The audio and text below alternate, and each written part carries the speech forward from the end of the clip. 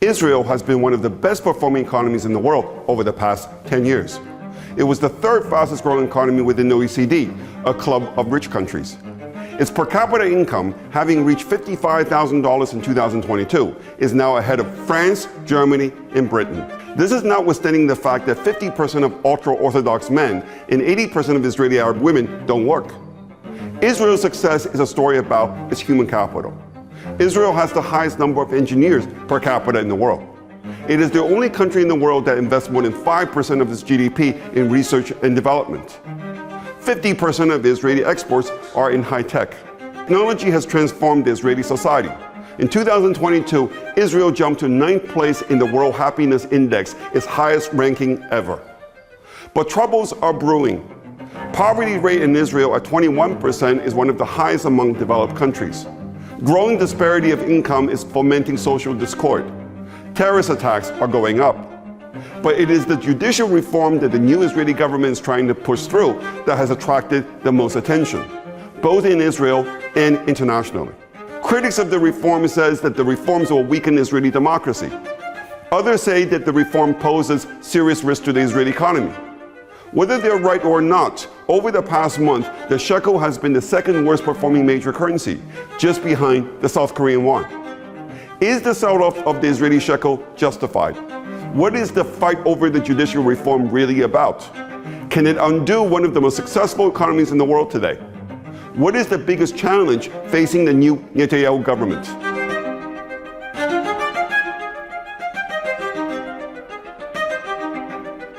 Hi, I'm David Wu, a former Wall Street strategist with a 20-year track record of making actionable predictions about major global change. Welcome to the Money Game, where I take on groupthink, propaganda, and conspiracy theories in my critical analysis of markets, economics, and politics. Before we begin, please hit subscribe and the bell button so that you'll be notified when a new video comes out.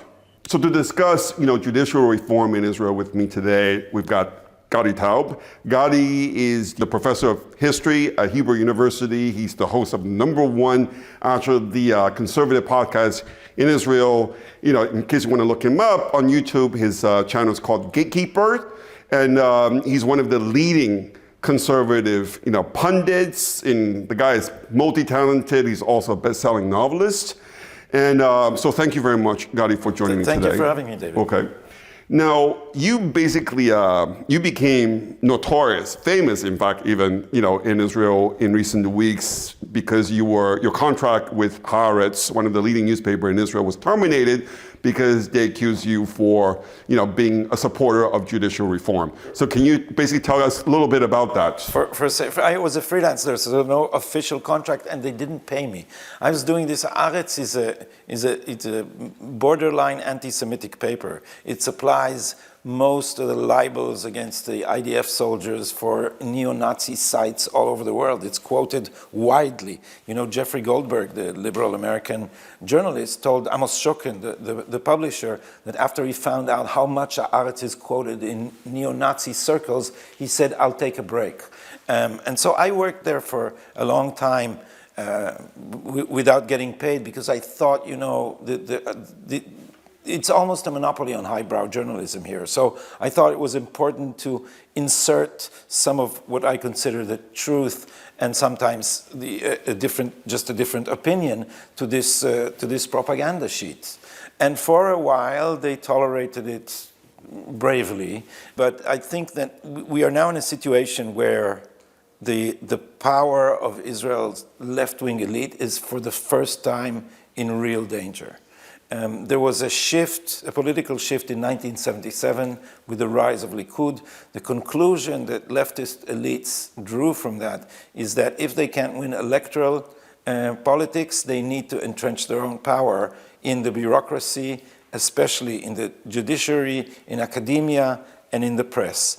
It's not my theory. A very prominent professor of law a liberal professor of law named Menachem Mountner wrote a whole book explaining how the left shifted the focus of its political action to the judiciary. This is something you're American, so if in American terms, it's incomprehensible, but the members of the Knesset started appealing to the Supreme Court about matters they failed to legislate. So this is unthinkable in a proper separation of branches of government. So, but the thing worked, and for a long time they still had power. The Imperial Supreme Court of Israel has annexed to itself more and more powers. Now it is basically sovereign.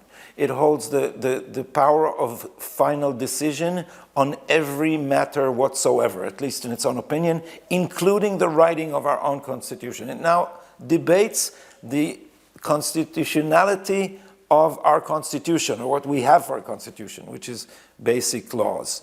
And so you can't say Israel is a democracy anymore. 15 people who are not elected, who have veto power over the appointment of their own associates, hold the final decision power in all matters, whatever. That's the definition of sovereignty.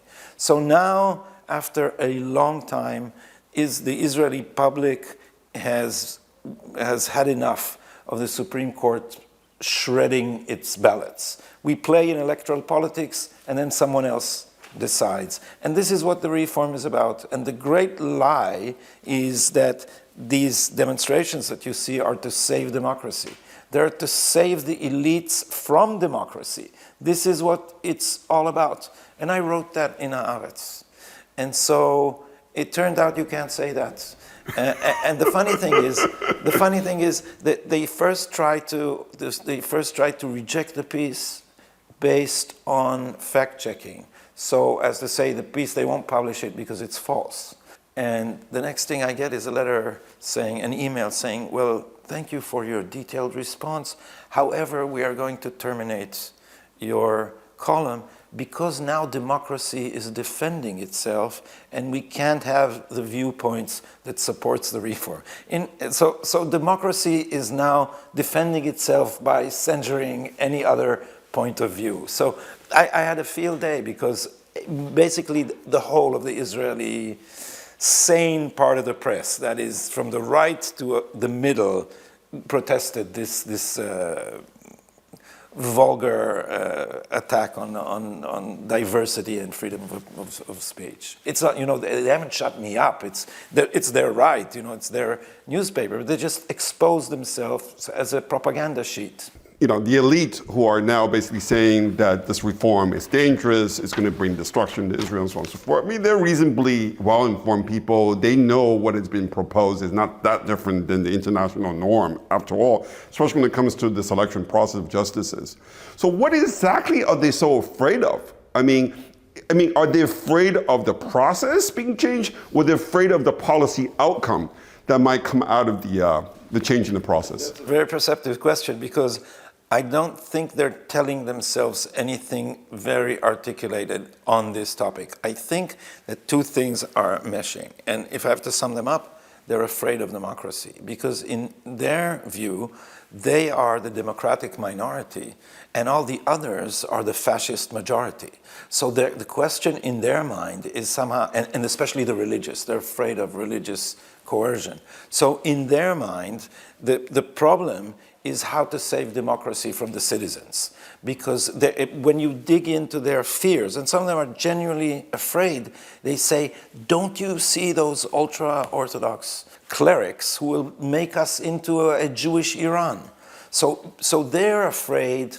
And the thing is, from my perspective, look, in the middle of this coalition is the liberal democratic Likud. It's the most democratic, the most widely representative, the most functioning liberal party in Israel who's leading this coalition. So we're not going to have, a LGBT rights withdrawn and I don't know, women put back in the kitchen, all these demonstrations with A Handmaid's Tale and all the rest of it. So in their mind, losing their control over Israel's democracy, I'd say their Nelson hold over Israel's democracy, will let the genie out, and the genie is we the people.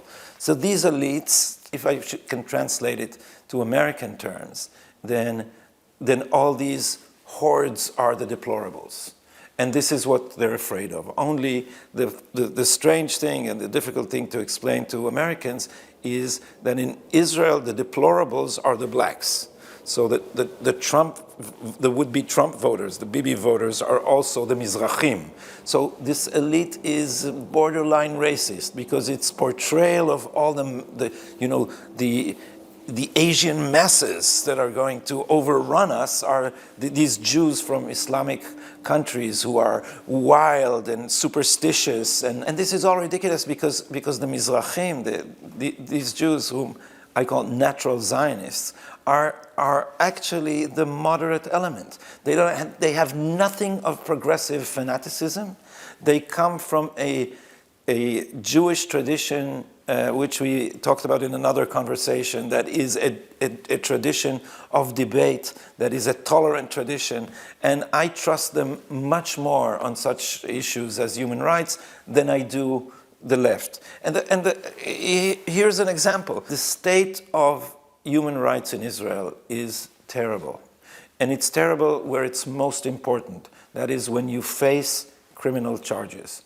The rate of conviction here is Soviet. Most of our judges come from the prosecution. They have veto over the nomination of their associates. So this cycle goes on, and when they come to the bench, they're prosecutorial in their frame of mind, and these are the people that they promote.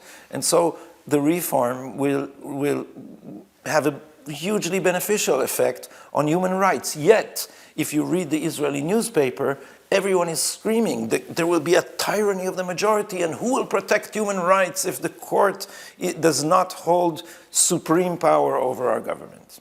By the way, are there any Sephardic Jews in the Supreme Court? No. There's usually 15 people, 15 judges, not there's a usually one token one. I think if you look at the history, I think the ratio is about 10%, while the Mizrahim are about 50%. Yeah, I mean, it's crazy. It's crazy. The occasion that brought us together were the alarm in Israel about the foreseed damage caused allegedly by the coming reform. What is your take on that? Personally, listen, I have to say, you know what, I'm not Jewish, but I do live in Israel. So from that point of view, like, you can look at me as a, unbiased, impartial observer in all this. What I can tell you is this, I've done this for 30 years, my whole career has been literally devoted to looking at economies, looking at politics, telling basically investors where to basically place their money. I think it's completely ridiculous what the left has been saying of late here in Israel, that judicial reform is going to bring about the destruction of the Israeli economy.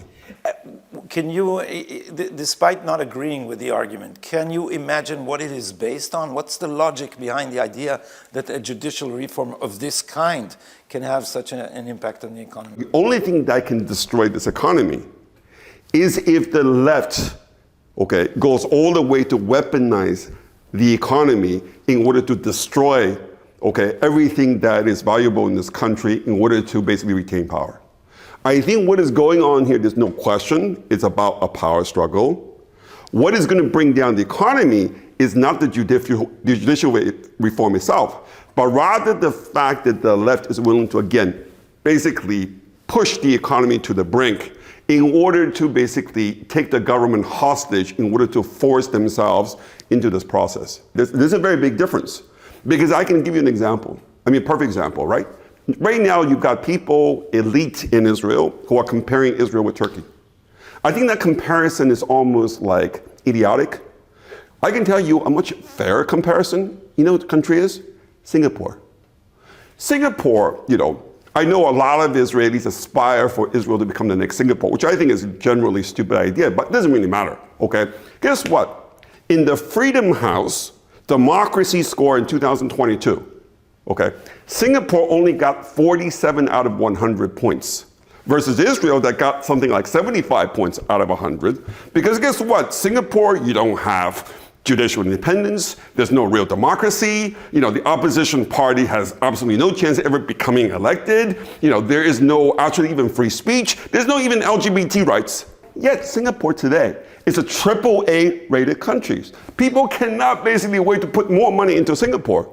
And I think there is no chance Israel, following the judicial reform, is going to become like Singapore, politically speaking. I think that in general is stupid. But what I'm saying that the whole argument that somehow it's upside down. There is democracy, a loss of democracy means that loss of economic power. There's no correlation, because the best example, Singapore today is the 4th richest country in the world in per capita terms. It's $100,000 basically a year per capita economy. It's one of the most dynamic economies in the world, without doubt.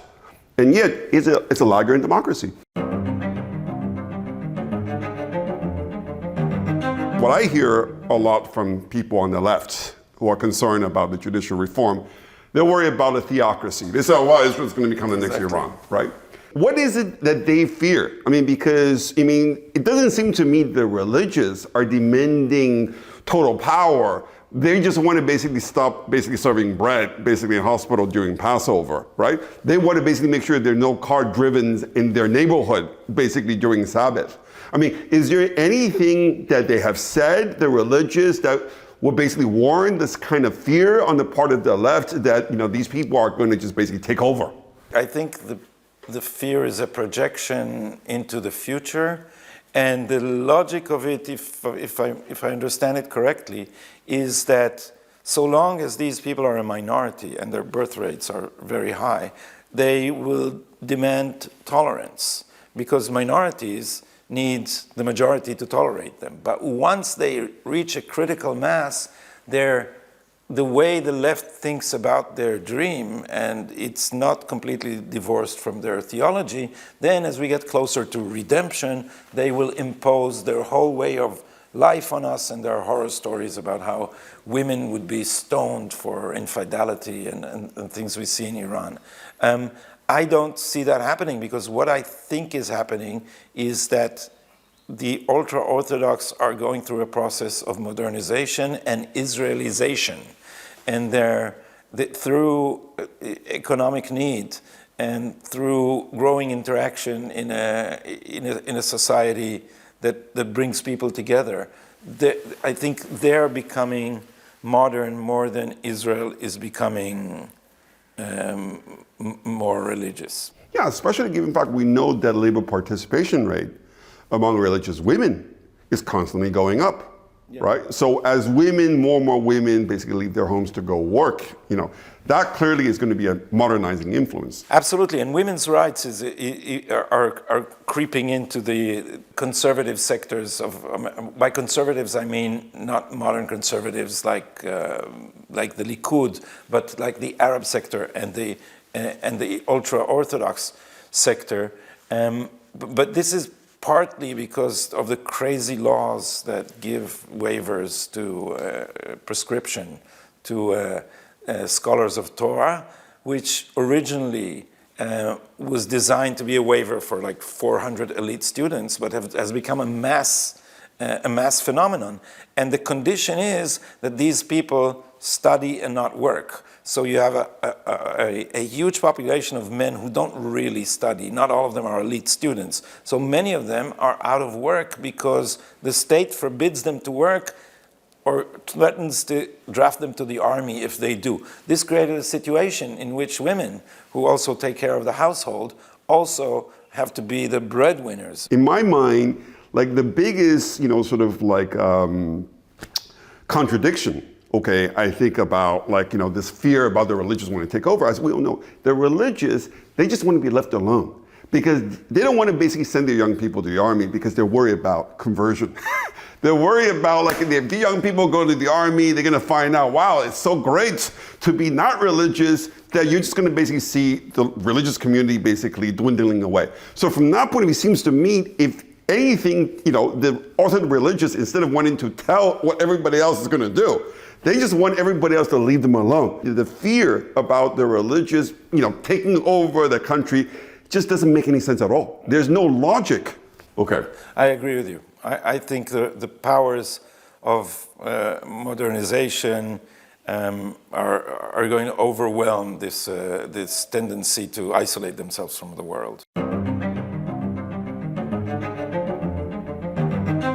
Obviously, the market is less concerned about judicial reform. Market is more concerned about political instability. I mean, to what extent that judicial reform is going to lead to anarchy, a breakdown of political stability, and civil war, and worse, whatever it is. Okay.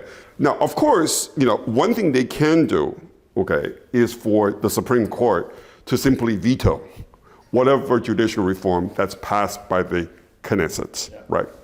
If they go down that route, what could be basically the sort of like the sequence of events afterwards if the left decides to go all the way, as I said, to basically bring the country to the brink of destruction in order to retain power? If they play that card, how bad can things get? Our former Chief Justice, Aaron Barak, who created this shift in powers in favor of the judiciary, once said that in a constitutional crisis, the question is, who will the tanks obey, the Supreme Court or the executive? That's a very picturesque portrayal. I don't think the tanks are standing anywhere between Givat Ram, where the Supreme Court is, and Balfour, where Bibi is. But suppose that we have something like the 25th Amendment of the American Constitution. Originally, it's designed for cases where the Prime Minister is just sick, either mentally or physically. But they're enlarging it now. They're trying to say that it's not only medical. So suppose that they decide that on the removal of Netanyahu from office, and then they order the police to do it. What do you think will happen next? What do you think will happen in the next election? The Likud voters are just going to go crazy after this thing, and in the next election, you will have a 70-seat majority for the right. So this would be suicidal on the parts of these elites. As long as we're a democracy, a minority can't force itself on the majority forever. Right. What is going to happen? So the left is now, you're right in sensing that they're willing to burn the house down. And we see this in their economic behavior, which is basically BDS behavior. BDS is the boycott and divestment movement that the Palestinians are using to try and isolate Israel economically. Now the Israeli left is acting in this way. And this is, to my mind, all over the Western world. There is a globalist elite that resents democracy, and so is always in favor of international institutions, of judiciaries rather than parliaments, and these people are going to defend their anti-democratic rule probably to the last. It's also true of America. The radical left is going to international institutions in order to impose a policy on their own country. We saw this in Durban. The first to note this is, in my mind, one of the most underestimated, wrongly, most important thinkers, John Fonte, who wrote a book in, I think it was 2011, called Sovereignty of Submission, that pointed to the Durban Conference Against Racism, and said, look, American human rights NGOs went to the United Nations Commissioner on Human Rights to try to provoke sanctions on America, on their own country. So we're used to that. We're used to human rights organizations going all the way to the Security Council to try and censure Israel.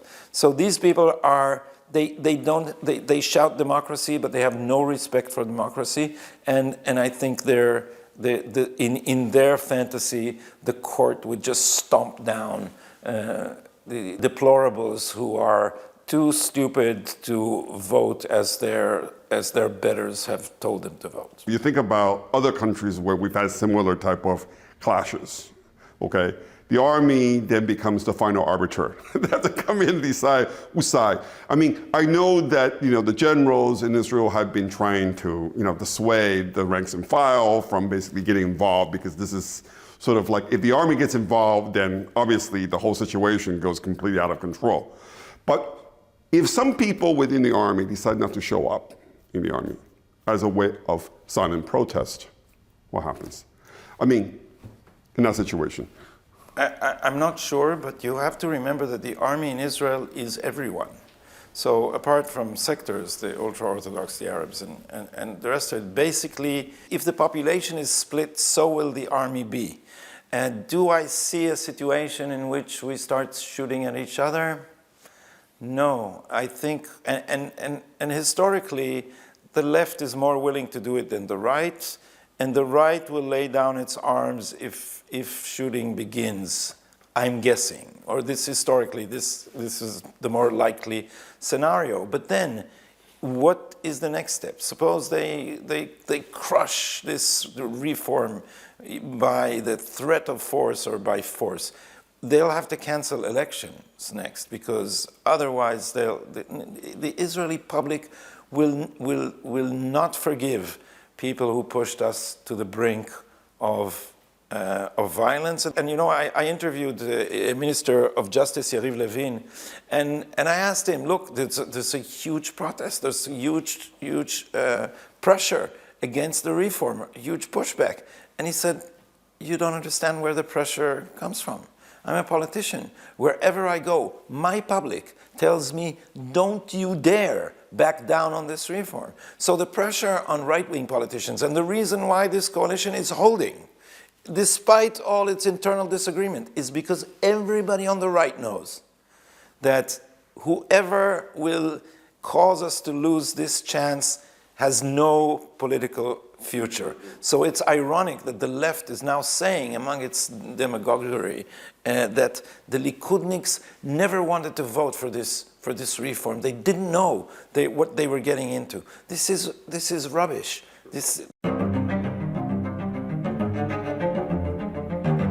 Until now, you know, the right has been saying, you know, come in, you know, talk. Why don't we try to basically, you know, negotiate, trying to find a compromise. The president has been, you know, quite, you know, eager to play the role of the, you know, the peace maker. And Levine seems to me to be a pretty reasonable guy as well, wanting to basically find a solution, because nobody wants to see the country basically go into pots. So what are the chances that, you know, the left is bluffing, that when it comes to once, you know, basically, you know, that very soon they're going to come to the table and that everything's going to be great and the shekel is going to be the strongest currency, you know, basically this spring? You know, the problem is who do we negotiate with? Because in this crisis, the opposition has been discovered to be the marionettes of other people. So we're basically negotiating against the politicians in robes, by which I mean the Supreme Court. But the Supreme Court can't directly negotiate with the Minister of Justice over legislation. So what is happening in this dynamic is that the most radical elements on the left, which are leading the protest, are dictating the line that the other side takes. And this makes your observation about, through game theory, that they will take it to the brink, all the more plausible. And I think that this is there's a major vacuum of leadership on the left. The leader of the opposition, an ex-journalist, is a completely postmodern, vapid leader. His own troops are ignoring him for now. So we need someone to negotiate with. But they're declaring that they want, that the process is too fast, that they want some broader agreement, but they're not putting a proposal forward. And so we end up with the president. The president in Israel is a ceremonial. It's like the Queen of England. It's a ceremonial duty. He's not supposed to intervene in politics. But seeing that there's no responsible adult on the left side, he put forward a proposition of his own. Now the question is, what do we negotiate about? And I think that the Likud should insist. Since we won the election, Yariv Levin's proposal is the basis for negotiations. It's not that there is Yariv Levin and there's the president on the other side and there's some parity and we'll create a commission and they'll decide by a vote. We won the election. So we are willing to make some compromises, and I think we should. There are some reasonable compromises that the president is suggesting, but this is the basis for discussion. There is no question now, will there be a reform? Will the reform generally be what we on the right aspire it to be? Because this was decided in an election. And like I told you before, the left in Israel has no respect for elections. And what it's trying to do now is play it out as if the results of the elections are not a consideration in these negotiations. And I think that in the long run, if they stay away from the negotiating table and push us to some constitutional crisis, they have only to lose from this, because we are the majority. So long as nobody cancels elections in Israel, then any suicidal tactic will be reflected in the next elections against the left. You know, I mean, for me, the most interesting parallel here, of course, is the 2012 U.S. debt ceiling crisis. I mean, that was almost brought the U.S. to the brink of default. I mean, U.S. actually lost its AAA credit rating throughout the whole process. And the reason was because, of course, you know, the election that was held earlier in 2010 midterm basically brought back, you know, the Republican control in the House of Representatives. The Tea Party wanted basically deficit reduction, and they were willing to go to the brinks, you know, to basically force the government to make changes. In the end, I mean, the U.S. came very close, but in the end, to defaulting possibly, and that would have been a huge economic crisis. But the reason why we averted that in the end, okay, and compromise was sought, was because you had two reasonable people in the end who actually were on the same wavelength. Then that was Obama, you know, and John Boehner, who was the, you know, he was the Speaker of the House, the Republican. Okay, and I think from that point of view, like history shows you again and again, you need people who are going to rise to the occasion, who are willing to say, like John Boehner, actually, I think he fully realized when he did what he did, which is cutting a deal with the devil himself, Obama. That's how he was viewed. Obama was viewed by the Republicans, certainly by the Tea Party. John Boehner knew that this was going to cost him his career. And his career didn't last much longer beyond that negotiation, but he did the right thing. And I think what worries me right now is that there's nobody, okay, of that standing in Israel on the left. All these basically so-called leaders on, you know, the elite, they are increasingly talking as though they really believe what they're saying. Because what they're actually spewing out is basically pure propaganda. It's almost like scare tactic. They're telling their people, like, the country is going to be destroyed, this is going to be the end, and so on and so forth. And their voters have absolutely no idea whether, you know, they're obviously going to basically believe them. So I think we, the journalists and others, should be framing this differently and saying, this is a childish tantrum. And the way to treat it is the way you treat a tantrum. You do not succumb, you do not submit to the demands of a child laying on the floor of the mall and screaming for another burger. You just don't. And in my opinion, the tantrum has no chance of winning. And today, as we are recording this interview, they are trying to paralyze the country by blocking roads. People are fed up with it. So I don't think this protest is picking up. I think it will reach a climax and then dissolve.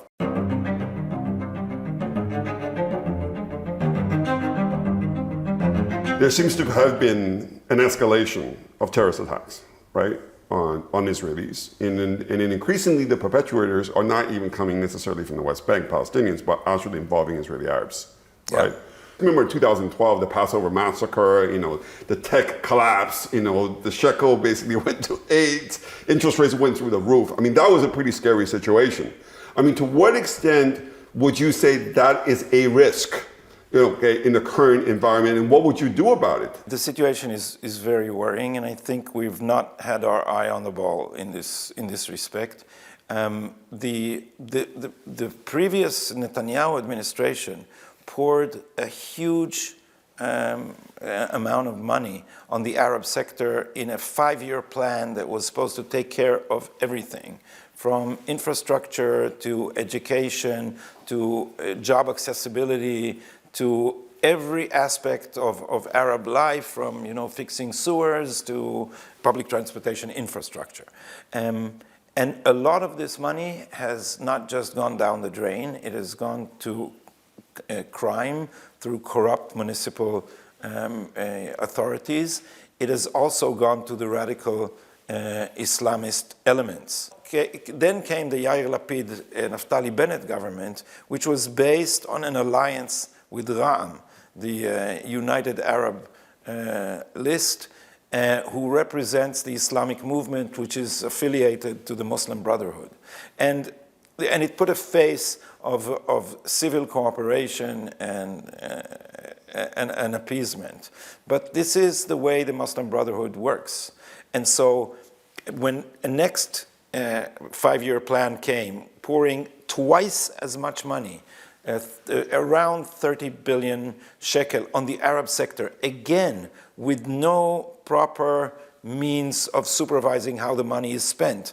Worse, handing it to the people from Ra'am to distribute. So if you put, say, it's very easy to convince Westerners, say, give more money to education in the Arab sector. But what do you mean by education? If you give this to Ra'am, their education would be more imams in the mosques preaching more radical jihad sermons. So I think we are heading for a clash. We've let too many elements in the Arab sector become lawless and radicalized. There's an enormous amount of illegal weapons. There's protection in practically the whole of the Negev. And if Israel doesn't wake up and do something radical to confiscate illegal weapons and to make sure that the law is imposed, then we're heading for a serious clash. Yeah. I think that to me, I worry more about that than I worry about the judicial reform, because I think that's an issue that doesn't have an obvious solution, as you said. Because in some sense, if you want to give them money and you want to control how the money's spent, then you have to get involved. And if you get involved, they're going to say, well, you're interfering with the way things are done in their communities. So that not wanting to get involved, okay, I think those days are over insofar that Israel can no longer afford to sit and basically wait until the Arabs to basically do the right thing on their own. You're absolutely right, and we're just waiting for a disaster and doing nothing. It's terrible.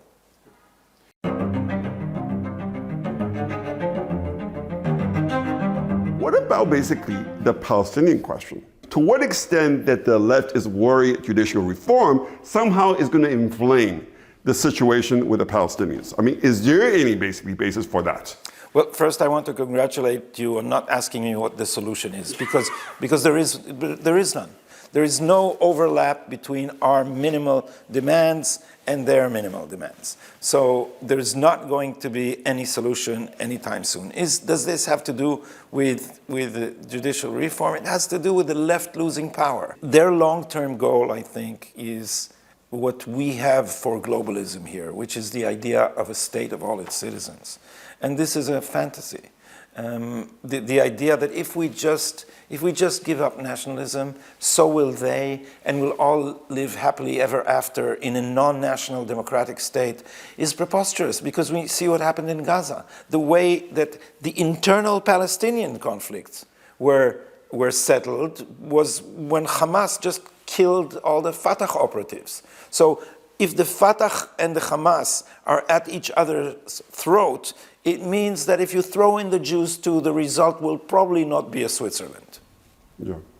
I mean, exactly. I mean, I think especially given, this is why, sometimes the best solution is basically do nothing, or rather just wait until the conditions and the circumstances basically change. It's like, basically the peace agreement with the Gulf states, right? I mean, who would have thought that was going to happen so quickly? And then the fact is the conditions change and people change, and then all of a sudden there's an opportunity, and that opportunity it's worth waiting for. I'm personally of the view that the Israeli democracy is resilient enough to actually rise above everything else.